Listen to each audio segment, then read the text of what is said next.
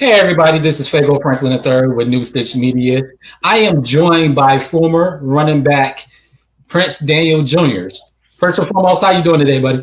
Man, I'm doing amazing, Fago. How you doing, man? I want to say I could thank be you. no problem, man. I could do a lot better. Before we jump into your journey and talk about your book, I Yeah. want your aspect on what is happening in Kentucky right now. Oh, man, it's a lot of emotions. It's a lot of things that are going on. It's a lot of confusion and uncertainty. And I send my energy over there. I pray for them as well. But I also, you know, look and hope that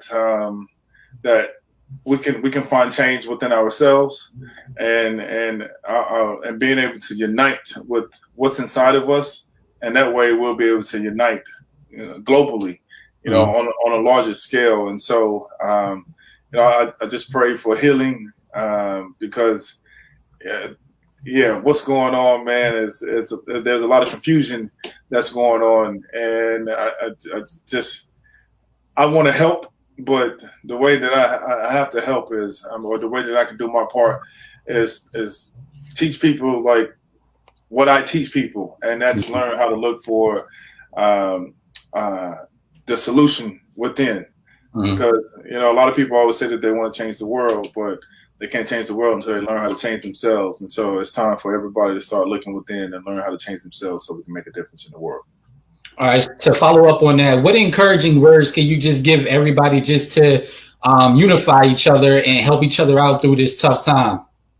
Um, Start loving yourself. Start loving yourself. That's where it starts from. Like, and we stop. We got to stop looking at the news so much. Mhm. Yeah, and start looking within, checking in with yourself every morning before you check in with somebody else, or you allow for something else like a television or TV or radio to check in with you, or social media. You check in with yourself. That way, whenever you go out into the world, you've already said to yourself how amazing, how incredible you are, how much you love yourself. And then after that, you go out into the world and you go back and you do that exact same thing. And so my words of encouragement is just to remind people, check in with yourself in the morning time. Be thankful that you're alive. Be thankful that you are here, and know that you can make a difference, in the world. Now that every day above ground is a good day. So when every day above ground is a good day, then that means you have an opportunity to use your mind to be able to envision and imagine all the incredible things that you want to do and how you want to make this world a better place. Your body is a byproduct. It helps you carry out those tasks, and you can use your spirit to send love all over the world, so we can make a difference in the world, man. Thank you for that. Those words of encouragement. Now let's talk about football, man. So, Yo, so tell me a little bit about your experience. I know you was drafted yeah, by the Ravens in the fourth round. Tell me a yeah. little bit about that experience, man. Man, it was a dope experience, man. I love the Baltimore Ravens. I love the facility. I love the organization, man. Some really good people. Man, it was a cool experience, man. One that taught me a lot. Taught me a lot about just maturing to understand the professional side of the game, and it taught me how to grow up very quickly. But it also taught me my ability to be able to become a great human being and a great person, and that was through the sheer will of being able to compete at such a high level. High Mhm. level, because man, when I got there, we had the number one defense in the NFL, and so I had to go against the number one defense every day in practice.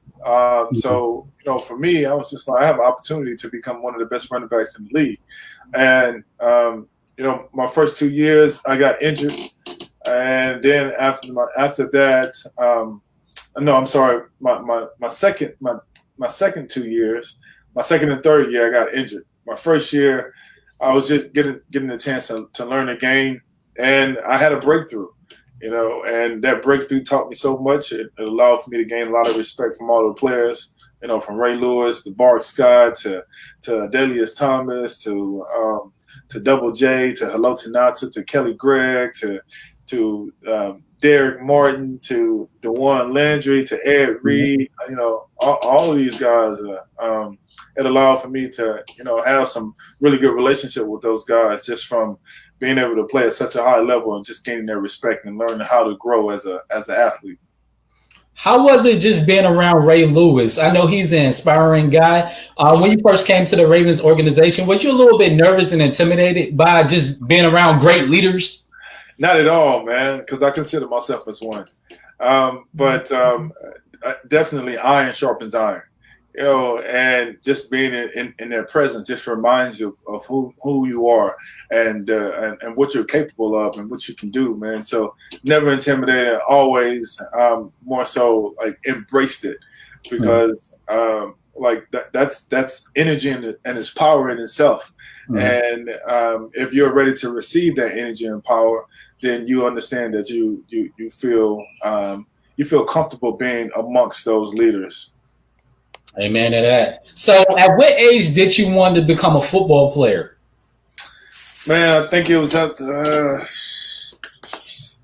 I want to say the age like 11, 12. I had a chance to see Barry Sanders. Yeah, I had a chance to see Barry Sanders and Walter Payton, but I saw Barry Sanders make a run, I think, against the Houston Oilers.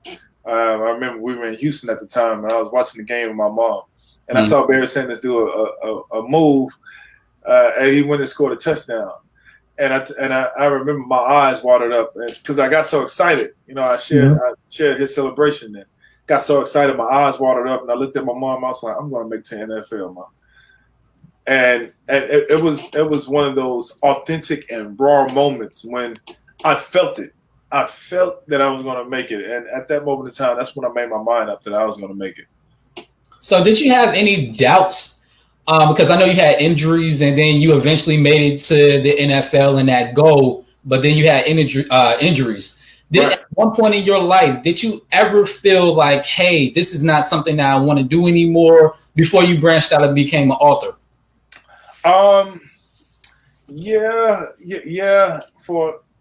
Because it seemed like I had a clear vision on how to make it to the NFL. And what I mean by that was like, I knew that was the goal, to make it to the NFL. So anything that I did was geared towards making it to the NFL. My thought process, I wake up in the morning, I put in the extra work. I'll work on my craft so much that, I wouldn't think about anything else except that. And it would allow for me to be thrust into a position of where I had an opportunity to excel and succeed. And so I worked extra hard because I was a walk-on in college. Then I earned a scholarship. I became the starter at Georgia Tech, number 7th on the depth chart to number 1. Then after that, I graduated and I got drafted by the Baltimore Ravens. And from there, it was like I made it, but what's next? And so I didn't have that what's next on my to-do list, my goal list, my radar, my milestone, and that was where my shortcomings were. So I never had any doubt. I was always very super confident. It was just when my NFL career did not pan out in the way that I envisioned it to, then that's where things kind of took a wrong turn for me. If you could give your 20-year-old self some type of advice that you have now, what would you give yourself back then? Man, what I teach people now is the power of looking within, learning how to tap into your energy, meaning your inner good, your inner genius, your inner greatness, and just remind myself to just keep using the tool of mindfulness to be able to sharpen your game. Just being able to know how to make the split-second decisions and have fun. Just have fun, because in the interval of being great, fun is always in there. It's because it's like, that's what fun is about. Like I heard Lamar Jackson talk about how when he had his run against the Bengals that everyone loves, and he did the spin move. Mm-hmm. You know, one of his teammates asked him, you know, what was going on in your head? He was just like, "Ooh, I saw another one right there. Boom, ooh,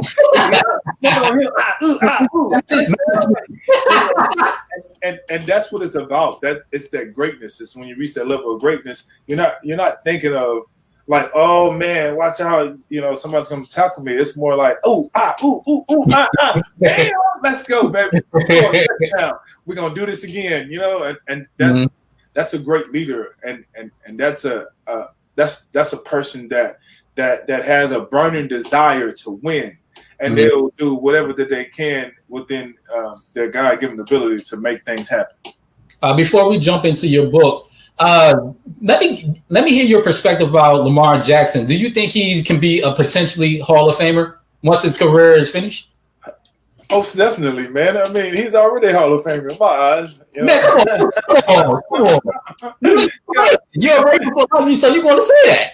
Yeah, but not only that, not am I just going to say that. It's just the fact that he has all of the tools. You know, he has all the tools that Vic had. And see, the thing about it was,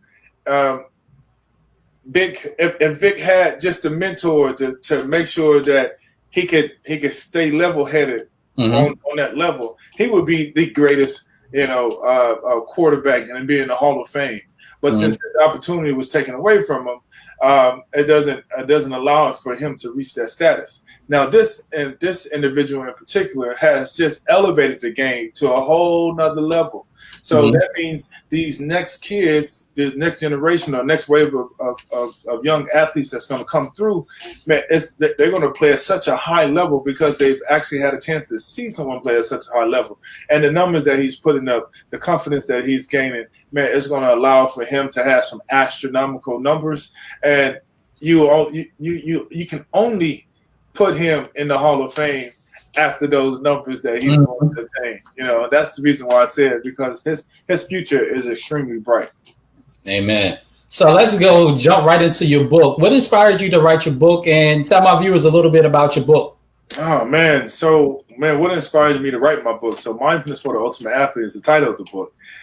Mastering the balance between your power and peace. And this book is for everybody. So I want everybody to understand that this book is for, you know, all athletes, because what I feel is that we're all athletes in this game of life. And so we're constantly playing games. And so we have to be mindful of the athlete that we are ourselves. I couldn't name it Mindfulness for the Ultimate Human Being, you know, but this book is applicable for every individual, all walks of life. And basically this book teaches you about the importance of having a tool and a practice that can keep you anchored and grounded, but allow you to become the best version of yourself and reach heights that you felt that you never had a chance to tap into. You know, and what inspired me is from my time and my experience playing with the Ravens, and then also after the game, man, I became really depressed. So I struggled a lot because I didn't get a chance to leave on my own terms as a player, and so I had an opportunity to go and spend time at a monastery and spend time with monks, and learn the principles of life. And so while I was there, I had an opportunity to get a glimpse of certain things that I was able to experience while I was playing. And that's one of the things that's called reaching the zone, or being in the zone, or being in flow. And I've been able to experience that on multiple levels, and I've seen other players experience it, and I heard them talk about it, but they really didn't know how to articulate it. And so I dive in deeper into being in the zone. And so what your viewers and other readers can understand about this book or get out of this book is the ability to be able to tap into your inner greatness and become the best version of yourself, and just be the incredible person that you are once you learn how to look within, because there's a light that's shining inside of all of us that will allow us to do the things that we dreamt about when we were little. And now that we're adults, what makes us stop dreaming? You know, it should be nothing. You know, like the desires in our heart to be able to do the things that we want to do. So that's what's inside the book, man. What inspiring words can you give people that are dealing with depression, as well as NFL athletes that is just trying to find their purpose in life after football? Mm. Breathe. A simple concept. The bridge is the gap between being alive and being deceased. Mm-hmm. And I'll say that again. The breath is the bridge between being alive and being deceased. So whenever we're going through anything in life, man, we have to remember that we have to learn how to breathe, control our breathing so it doesn't control you. So breathing is one. Most of the time, our breathing is very shallow, mm-hmm. up and down, or whenever we get angry, it's fueled. Mm-hmm. But in order for you to be calm and to be in control, you need to be able to do a nice long inhale and a nice long exhale.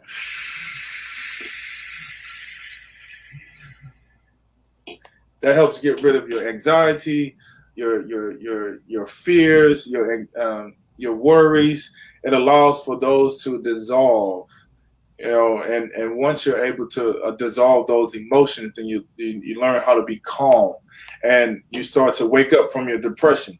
And and with depression, it's a mental state of mind that's mm-hmm. saying that you are not enough. You are not able to do this. You're not able to do that. But if you can learn how to reverse that and say you are enough, you are able to do this. You are capable. You are amazing. You are beautiful. You are intellectual. You are mm-hmm. authentic. You are mindful. You are this. And you continue to keep saying that. Eventually you will believe that. And once you believe it, you will become that. And you will be able to achieve those things, man. But the only thing is you have to see it to believe it. And so that's why I always tell people to check in with themselves in the morning time. Because if you keep telling yourself that you are amazing and this is your goal that you want to attain and this is how you're going to do it, this is what it looks like, and you continue to keep seeing that vision, boom, it mm-hmm. happens. And that's the power of the mind and the power of being positive. So I tell the people that are depressed, because I've been there before, there's always light at the end of the tunnel. And whenever you reach your all-time low, you have room mm-hmm. to only go one way. And that's up. What does peace and serenity means to you in your life? Just having a place where you can go to. When I say that, I mean like go within, because a lot of times things outside of us may not look like it's fair, may not look like it is accepting to you mm-hmm.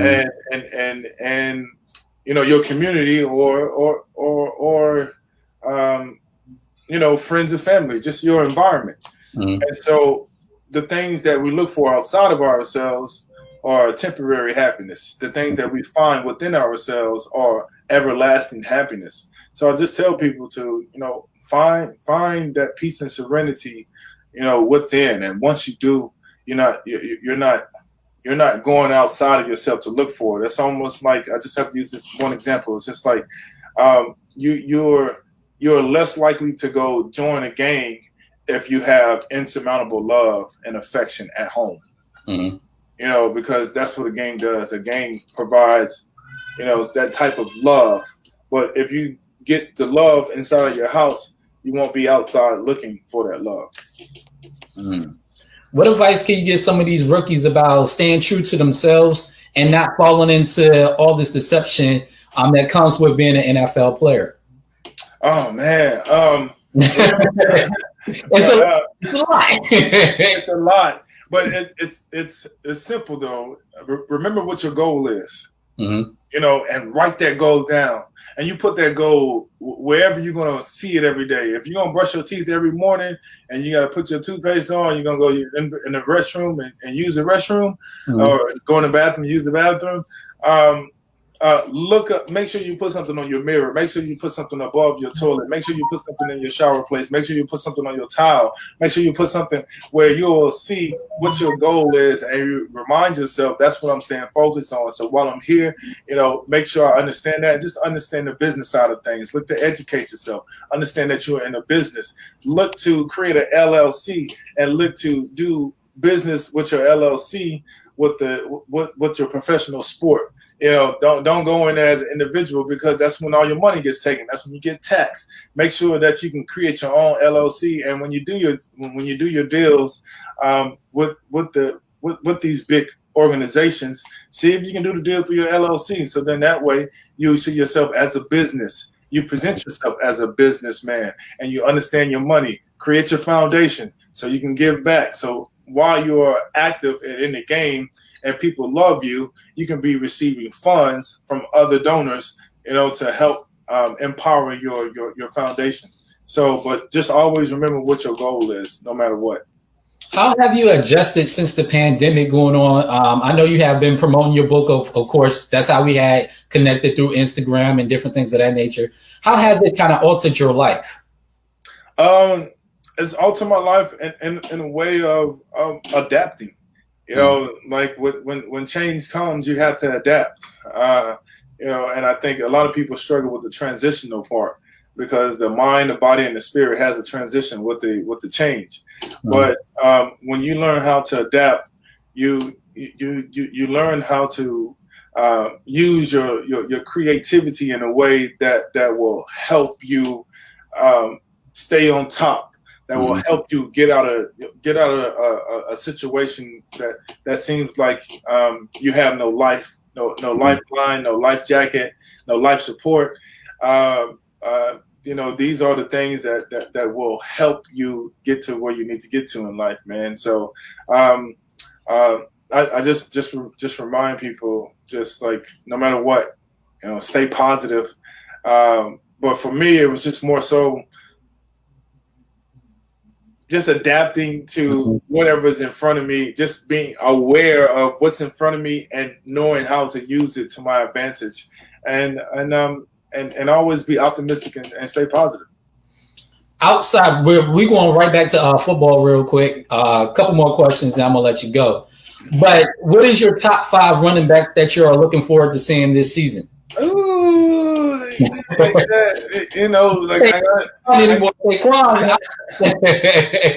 all right, so I gotta do my boy Big Trust, Mark Ingram. So in the game, Derrick Henry for sure. I've enjoyed watching Jacobs, do his thing. I definitely love Ezekiel Elliott, man. He always doing his thing. Ezekiel, and who else? I said 5, right? So I just gave you 5. Man, I wanted to see Bell, because I love his running game, man. Who else? I'm trying to think of another back, man. What's the one for the Saints?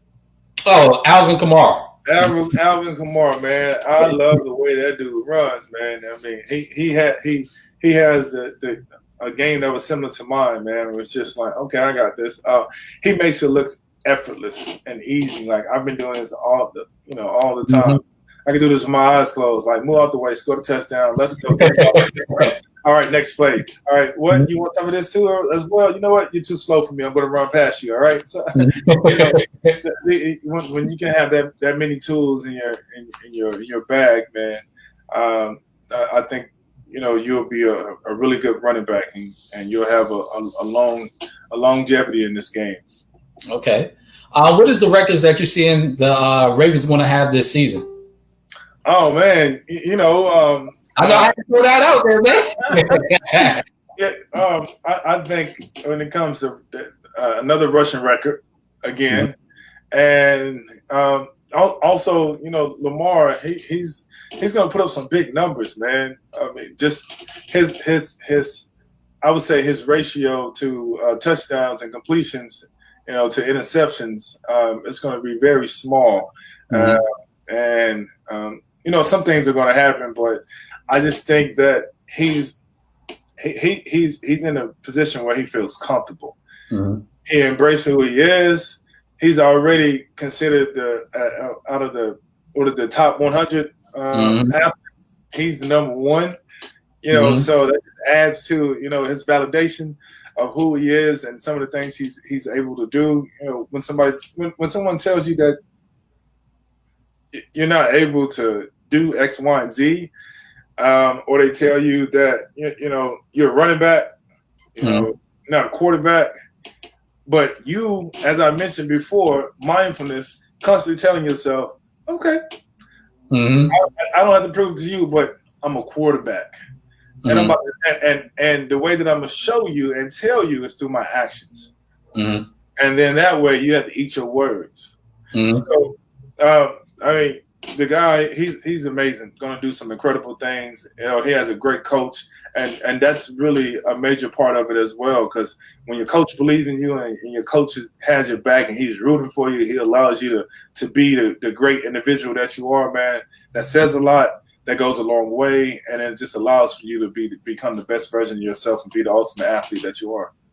Out of all three of these quarterbacks, you have to build your franchise around Russell Wilson, Patrick Mahomes, or Lamar Jackson. Who would you grab and why? Come on, man.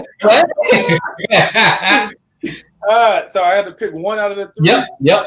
Come on, man. Come on. Hey, I know it's hard, man. It's hard. All three of caliber MVPs. They can throw on the run. They're extremely good escaping the pocket. Come on. Two of them are Super Bowl champs. We're looking one with Lamar. Man, all right. So, Lamar, sorry about this, bro. But I have to go with Patrick Mahomes, man. It's just, and then my number 2 is Lamar. Then my number 3 is it's a tie between Cam Newton and Russell Wilson. And so I'll say this: Patrick Mahomes, the fact that his father played a professional sport, and the fact that the formative years of his life, the majority of his life, he spent in a professional setting. So he was bred for this moment. And when he gets down, his voice is not like super commanding, but it has the right balance, because he has that country voice, talk like this. It's got a raspy, but at the same time, he has that ability, that spirit inside of him. That's a champion spirit. That's like, come on, guys. Like, we're gonna make something magical happen. Like, if you don't believe it, I believe it, dog. And then all you gotta do is believe in me. And once you believe in me, I promise you, I'm gonna get the ball in your hands. And when that ball touches your hand, you gonna make some magic happen.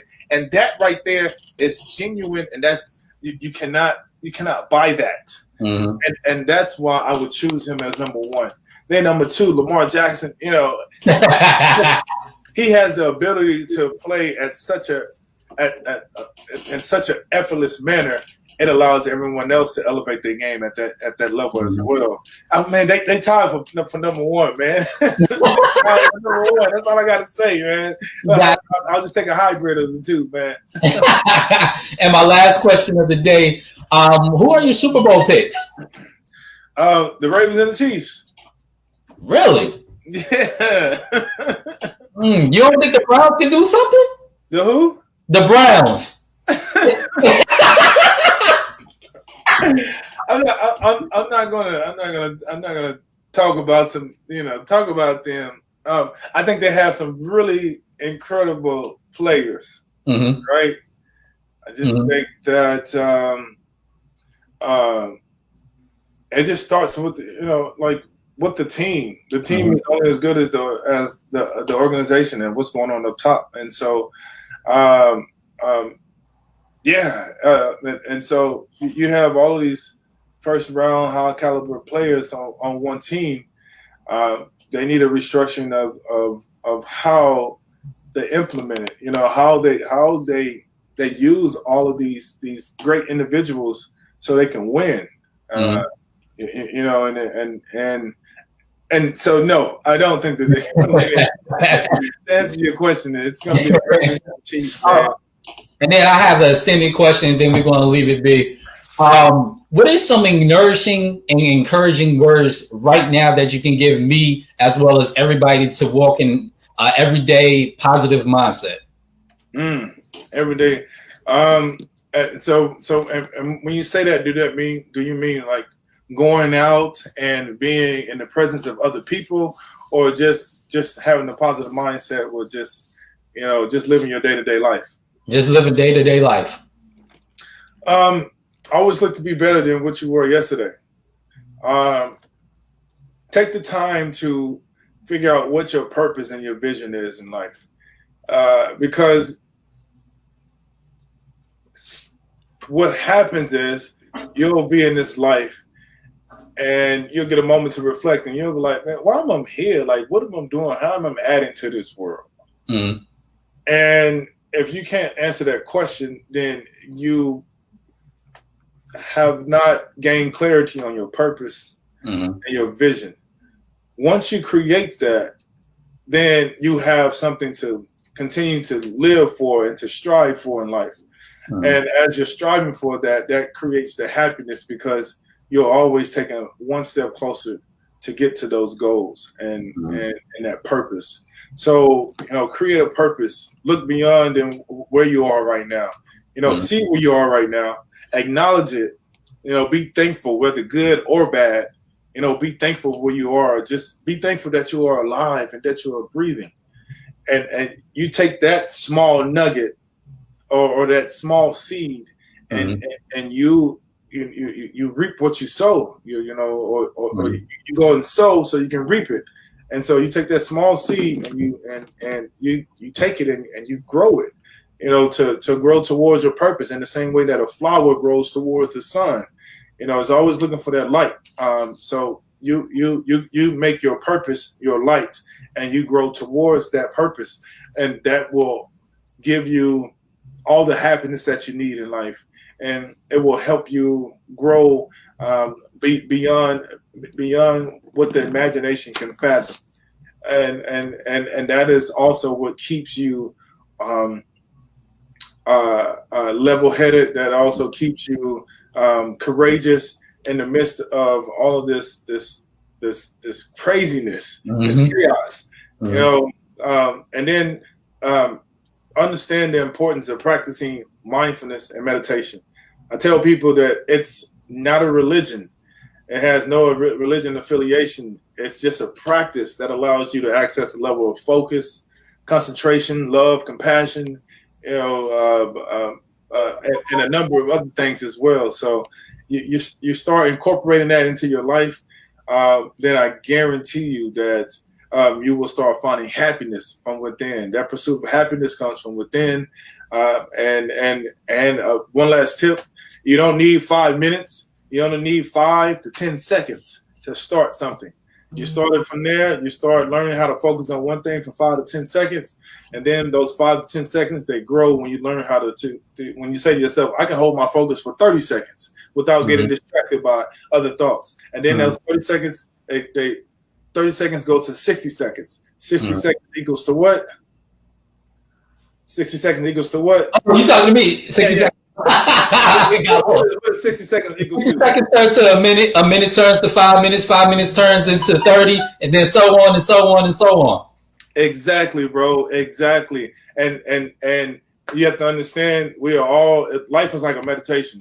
Sometimes we get veered off from our goal, but we got to come right back to it. Sometimes we get veered off by our goal, we got to come right back to it. Remember to see the goal, see the vision, and stay focused on that. And that will bring you happiness. That will bring you love as well. You will be able to see the creator inside of you, the love inside of you, and you will live through them, throughout, through the creator, through the love, and people will be inspired by that. And once they become inspired, then you've done your job, because you inspired them to become the best version of themselves as well, man. So that is the nugget that I want to give to you and share with you, and just tell you, you are incredible. Don't let nobody else tell you that. Matter of fact, tell yourself that, 101 times before you go out into the world, because then once somebody else tries to indignify you, make you feel less than who you are, berate you, it doesn't affect you, because you've already built your armor and your shield of, I'm incredible, I'm amazing, I'm beautiful, I'm this and I'm that. So thank you for those words of wisdom. I definitely enjoyed that. Everything you have stated, that's what the world needs right now, because as I stated before, like I had to take a break yesterday because I just sat there and cried because it's sad that Breonna Taylor cannot get no type of justice, and it's not just her. We're just seeing so many law enforcement officials just killing unarmed Black people, right. And it's sad. And it's like now you have this movement, which is more so of the advanced version of the civil rights movement, and it feels like more of a trend than action. And it's like, what do I do now? We can sit here and march our day, but nothing is getting in, and nothing is changed in return. So what are we doing exactly? What is these marches, achieving? And so yesterday I sat there and cried. So thank you for those positive words, man. I definitely appreciate it. Man, you are so welcome, man. And let me say this, I love that you mentioned that, like you can only do so much marching. And so what happens is I come in and I'm like, okay, we're going to use meditation. And everybody's just like, okay, cool. But they don't understand what meditation can do, how powerful it is. And that's the reason why I say it and I share it, because I've been doing this for 12 years. I've been, and every day, wake up in the morning, one hour. That's for me. I don't expect for anybody to go for 1 hour. I started at seconds, and I built up to this. But what I'm saying is, what you have to understand, what meditation does, it helps you be able to stop all the distractions. Those areas. And then exactly. Come here. And then come here. What's the focus? All right. Once you know what the focus is, once you come out of your meditation, then you start working towards that focus, right? And you exhaust all your energy to work towards that change. If you've seen injustice, and social injustice and the unrest, and that it's not right. It's evil. If you know that, then you have to start using the ability that you have in yourself to start using that energy, making a difference in the world. And the only way that you're going to do that is by being able to see your vision very clearly. Like, what is the goal? What are we going to focus on? We're not going to allow this to happen. If somebody else passes, then guess what? We're going to start using our energy inside of us to start making sure that the next person that passed, we're going to start building schools. We're going to start making sure that we teach every individual about finances. We're going to start building infrastructures. We're going to do the necessary things to make sure that no one else is treated unfairly. It's about economics. It's like you can call it racism, but racism is really economics. If you don't know anything about finances and economics, then you're going to get taken advantage of because you don't have the means to be able to afford the care that you need to be able to excel and succeed in life. So I just wanted to mention that, man. And I know that everyone has been grieving. I had some sentiments as well. I shared some same sentiments as well. But the thing I want to just remind people is that those sentiments that you share, instead of using it to go on march, start using it to start learning about who you are as an individual. Because the minute you start realizing that the narrative that they're spewing out about who you are, it's their narrative. It's not your narrative. So understand what your narrative is. Once you understand what your narrative is, then you stand for something and you don't fall for anything. So, Amen. There you have it, everybody. Thank you for joining me on this show. I would love for you to come up on here and have another, talk. When we get into like the second half of the season, about the Ravens. I got my jersey over here, man. I didn't want to jump off camera, but I wanted to grab that jersey and be like,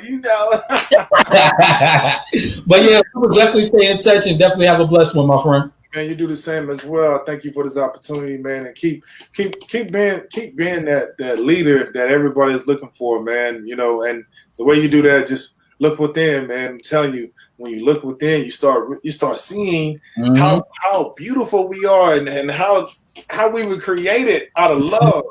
And once you find that, it's like you become a real life Care Bear.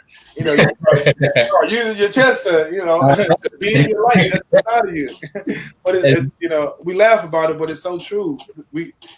You don't know what you can do until you can do it. It's just like an athlete. They don't know how good they can be until somebody tells them, you know that you can do this? And it's just like, I didn't know, but I'm going to do it now. it's the same concept, man. So I just, for everyone, I just wish that, we can all find some peace and serenity, at some point in time within ourselves, because then we can find that in the world as well, man. So I appreciate you, man. Always, man. Everybody that's watching, I love you guys. Go and follow me, at Prince AD Jr. All right.